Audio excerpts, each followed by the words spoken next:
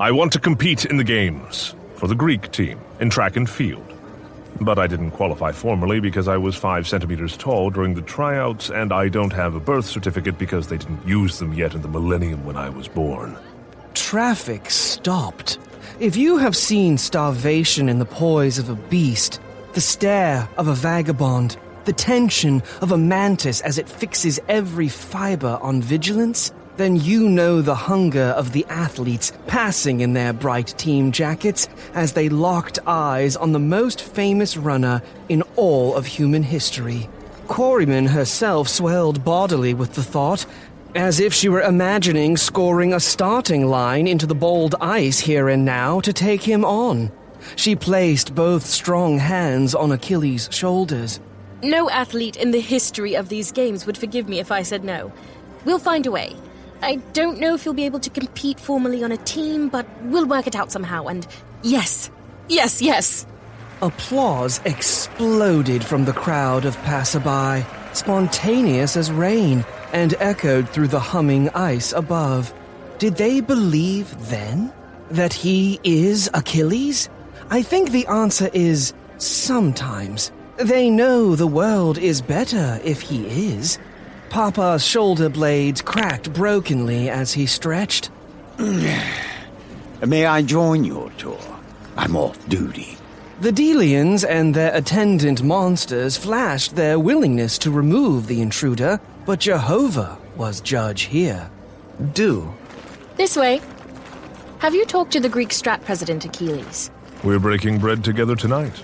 I still can't understand how filling out a form determines your homeland, but... Papa fell in close beside me, muttering in quiet Greek. I thought after the near-fatal Mycroft napping 2 weeks ago, Mason very sensibly forbade anyone to take you outside unrestrained. At this point, smiling, cautious Papa cuffed my right wrist to his left with gentle canna gel. You arranged this little visit? Yes. He raised a chiding finger. You have no possible excuse for not having invited me along. True, Papa. I have no excuse.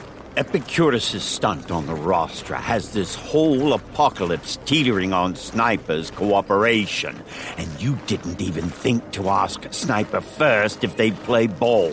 That wasn't my decision. You have to keep Epicurus talking to me, Mycroft. I could have warned them not to gamble. Stop keeping me in the loop, or I'll arrest a lot of you for...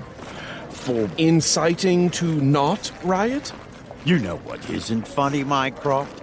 Declaring war on the whole world without warning anyone. I know.